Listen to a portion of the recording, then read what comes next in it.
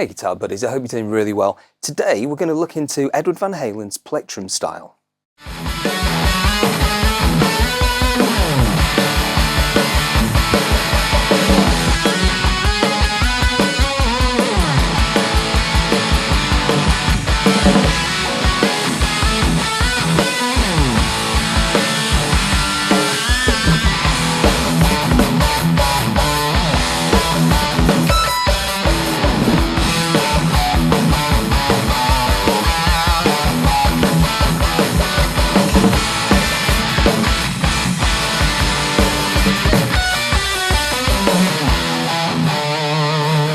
YouTube, there's been a plethora of content just dumped on there, all the missing footage from like 78 to 84 that we hadn't seen, and we're able to see how Ed approached the guitar back in the days when he was fiery and he was really like pioneering the way of playing that style of guitar. And it's enlightening, and it's shown us a few things we didn't know, or maybe we thought we knew, but now we do. Without further ado, grab yourself a thin plectrum. This is a Dunlop Red. Hercos are available. This is the kind of thing that Ed used for most of his playing career. Yeah, he used metal plectrums apparently too, but I don't think very often. Possibly on fair warning. We digress. This is going to be the most useful plectrum for most Ed style playing.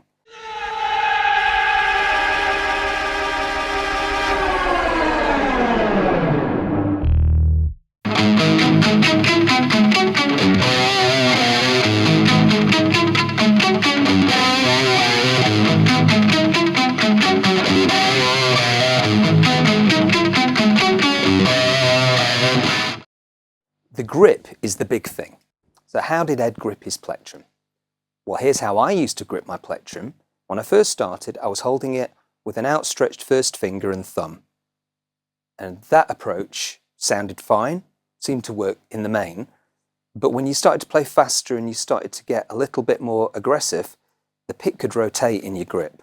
And before you know it, you're playing with the side of the pick and you've got no definition and it's just kind of all gone to cock. So I say plectrum, you Americans say pick, don't you? Okay, pick, plectrum, you know what I'm talking about. So to stabilize this thing, I used to add the second finger, and by doing that, you stop it rotating. It's pretty useful, and that's the main grip I'd use for the longest time.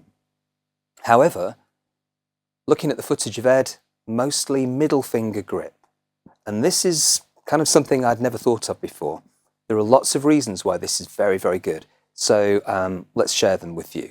The first thing is, it enables you to tap with your first finger. If you gripped in the middle finger, you can do a quick tap. And that's really useful for harmonics and all that sort of stuff. Usually when Ed went into a longer tapping passage, he'd hook the plectrum into his middle finger.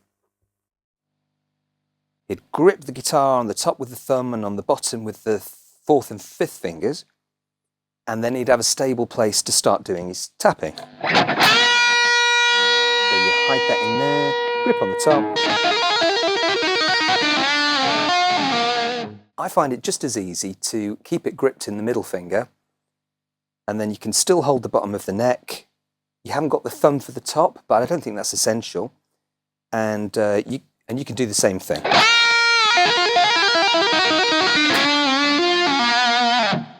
So when you're holding the plectrum between your first finger and your thumb, you can get harmonics pretty much all the time.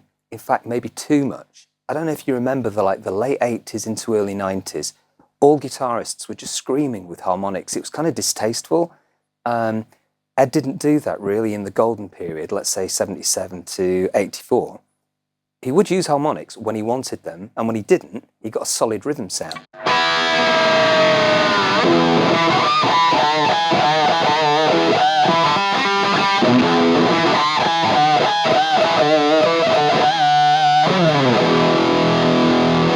The reason I believe that the middle finger is more useful is if we go back to the first finger, the angle of your thumb is pretty much on the harmonic at all times. And I don't think that's helpful. I think the ability to get too many harmonics is there with the first finger and the thumb grip.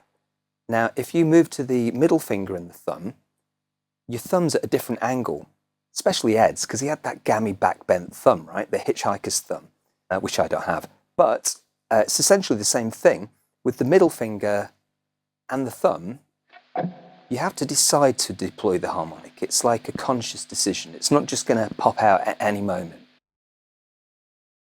So if you pick really close into your thumb and finger, you're going to be getting harmonics pretty much all the time, a lot of the time when you don't want it.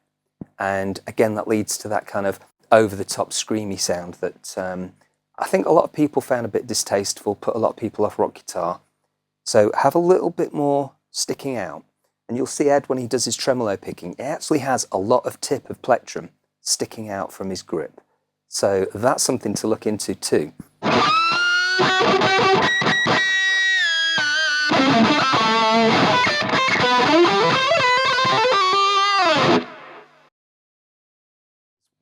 So a pretty big one for most of us was Ed's tremolo picking, fan picking, call it what you like. It was devastating. How the hell did he do that? And I tried for years to try and get that going on. Just couldn't do it. I didn't realise the mechanics of it. It's a lot simpler than it seemed. So essentially what you're trying to do, this is how I've broken it down now, is you're trying to replace that sort of scribble motion you could do with a pen. You imagine you've got a piece of paper and a pen. That motion's really fast. And that's essentially what you're looking to do on the strings. Unlike the scribbling, the fan picking, tremolo picking, has to consistently hit a guitar string, a little bit harder. There are some techniques that I can show you that will help with this, so let's start off with the angle of the hand.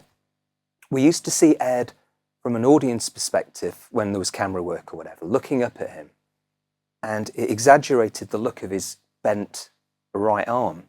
His forearm and wrist looked really beaky, like a bird. I think that was the audience perspective. I think if you were actually Ed looking down at your hand, it wouldn't have been such an extreme break angle. And the way I've learned to play this doesn't need an extreme angle. In fact, what it needs is the following. With your forearm across the top of the guitar, just let your hand drape towards the strings. And what I find is the flat top of my back of my hand is parallel with the top of the guitar. That's the angle that I like to approach it at. It feels natural. And once you've got that going on, you want to do what Ed did. And I've seen this on a few videos now. He starts the motion away from the string and he brings it in. And by bringing it in, you've already started your power tool. It's already whirring into motion and you hit the string at full speed. All right? You don't hear acceleration and you don't hear deceleration. You just hear and away. So let me show you what he was doing there. Start the motion and then take it off. So if you start that motion when you're actually on the guitar string, you end up with like a ragged start and finish to it. Just doesn't seem as kind of like polished as Ed sounded. So let's bring it in and take it out.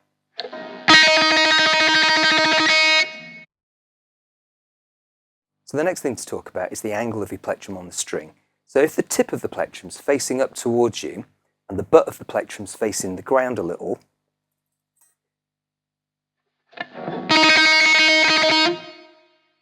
you've got this thing, an escape angle. And the escape angle is going to stop you bouncing into the other guitar strings, which is key really, because you don't want to sound messy, you want to sound clean, precise, and on one targeted string. And that's the way to do it. Up and down like that.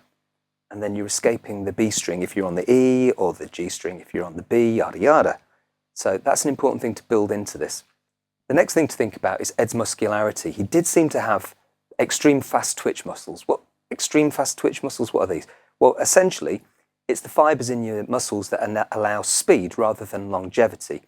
He seemed to be able to conjure up the speed in lots of different other areas too. There's some footage of him playing ball on the sand with some other guys, and he was like super fast. On the ball now, the young Edward Van Halen. Oh, he tricks his opponent there, and he brutally steams past the other players to reach victory there, lobbing the ball, very full of satisfaction. Tremendous victory there for the young Indonesian Dutch rock star of the future. Oh, and there's a lady there on the beach. He was obviously really motivated to be a speedy kind of guy. Maybe it was his Indonesian muscles. He'd seem to have thin, wiry muscles, right? So we can't hope to replicate that. Well, we can train. So let's put it all together. We've got a thin plectrum. We're holding it in the middle finger. We're approaching the guitar strings with a moving tremolo motion, and then we're moving off still at speed. And with our harmonics, we're trying not to get constant harmonics. The angle of the thumb and the finger are going to enable us to just get harmonics when we want them and not when we don't. So those are some of the key things to Ed's plectrum technique. So final thing that Ed did was this first finger wrapped up here like this. What was that about? I mean, it gets it out the way, I guess, but really, I don't think it adds anything to his picking or his playing. Maybe a little bit of propulsion. I don't know, you tell me. You experiment with that and see if it gives you any extra kind of quality to your playing, but I think it was just kind of how he held his pick and he just got used to it. And you know, when you get used to a hand position and it feels comfortable, you carry on with it. So I guess that's all I've got to tell you about Ed's picking for now. I probably missed 100 things. Please tell me about them in the comments. I'm sure you will. And thank you so much for watching. I love doing these videos. It's really good fun to share all this stuff. Most of it's just my opinion, so please don't flame me. Like, I might be wrong. I've never asked him. But it seems to be the way I can like garner from the evidence and stuff like that. Anyway, thank you for watching. Please press the like. Please subscribe. I'll bring you more of this. It will pop into your feed. And well, that's it for now. All right. Take care. Practice hard. I will see you on the next one. Over and out.